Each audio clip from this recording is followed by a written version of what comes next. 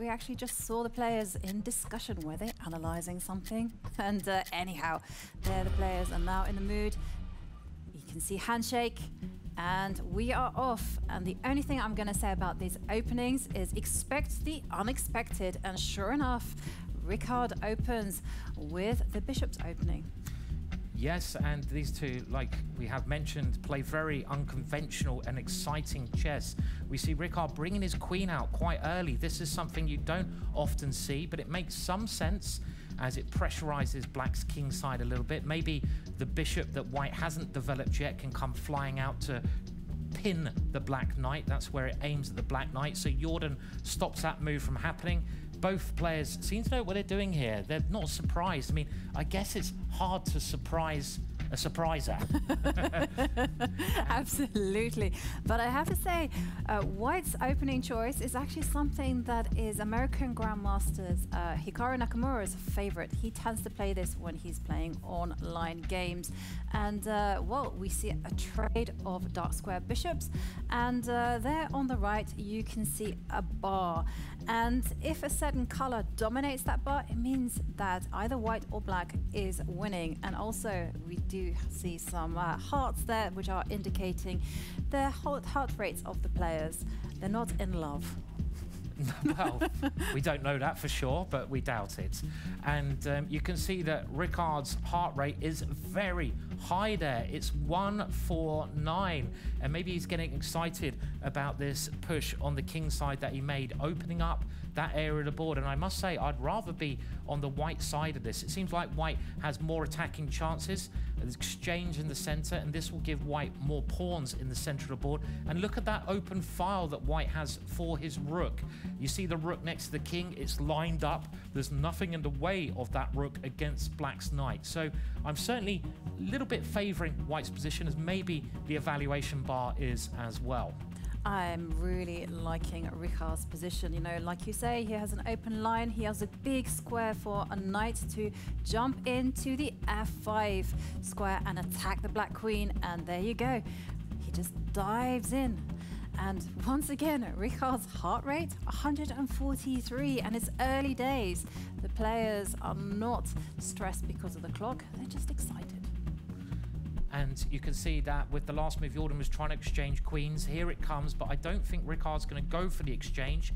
He keeps the queen on the board because it's a very powerful attacking piece. And I think it's going to be White who's going to start this attack. He gets his rook out of the pin and wait for that white knight to come in. The white knight will fly in. I must admit, Ricard is one of my favorite players in the world. He always has been. I love the way he attacks. I love the way he plays. He always goes for the win, and he always comes up with the unexpected, as Ivanka has said. He's now bringing the other knight around, and here he's got an interesting choice.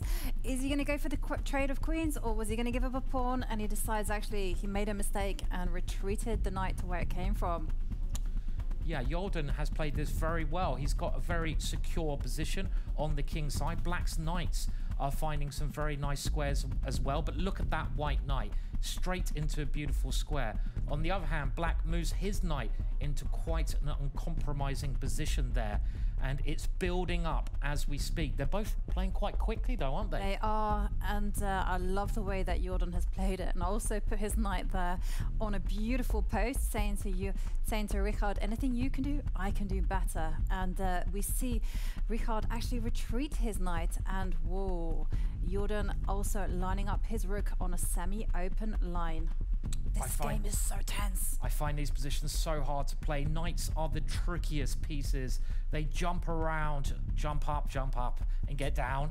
And you never know where they're going to go. And they're just dancing around on the right, on the left. They're trying to find weaknesses. They're trying to find squares to come into.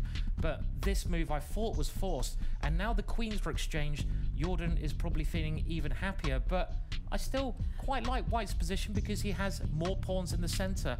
and there's a couple of weak black pawns, that one on the left-hand side. And look at that move. That's a very ambitious move there. Yeah, but I do feel that Richard perhaps let things slide a little bit with that knight attack on the rook, because that knight was doing a great job at holding the rook at bay. And if we do quick maths, a knight is worth 3, a rook is worth 5, then only white is going to be better in this position. Yes, and that with that knight on the left-hand side, it's tied up black's rook. Look at black's rook on the left on that light square. It can't go backwards because the knight will take it.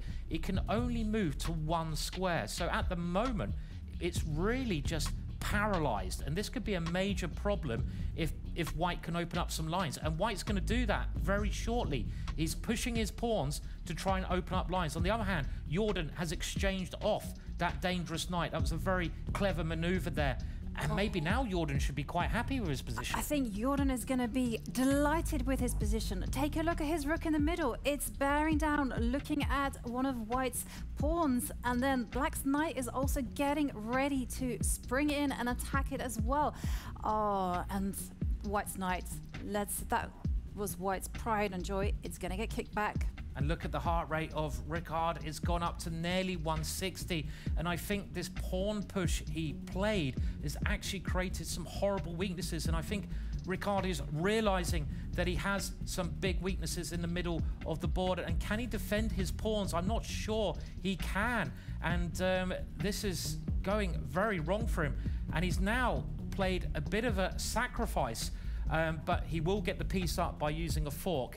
And he's trying to complicate the situation, because this is a good thing to do when you're in a bad position, make complications. But Jorden looking very good at this moment in time. Yeah, I agree with you, Simon. He wants to take Jorden into that deep, dark forest.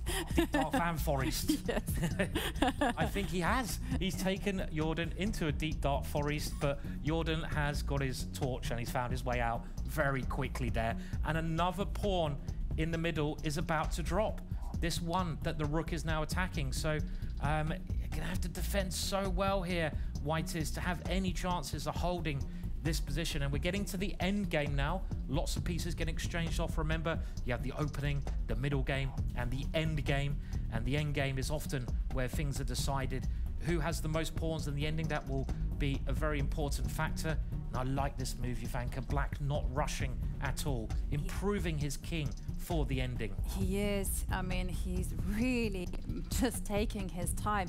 But I actually think he let Richard off the hook a bit, because he did not expect this move, c4. Just suddenly the two rooks are coordinating to defend white's weakness. Yeah, and Richard now has some better chances. He's played this very well. He's managed to not lose that pawn in the middle of the board and to activate his rooks somewhat. He's got to get that king into the middle. He still could be losing a pawn here, because you see with that last move, the black rook is aiming at white's pawn, and he might better take it. But also look at the time, 30 seconds for Ricard against 45 seconds. Keep an eye on the clock. It's such an important factor of Armageddon. Yeah, now it's time to do something before white solidifies the position by bringing in the king. And Richard is consolidating the defense of the d-pawn. Jorden still a pawn up, but Richard actually getting some compensation. His pieces have a lot of pressure down that b-pawn.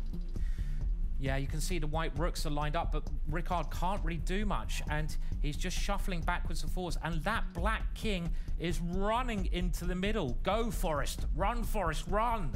Run! Run, Foreest! But he's coming straight into the middle. Don't forget that two can play that game, and suddenly is Richard's king also trying to make a dash for the right side.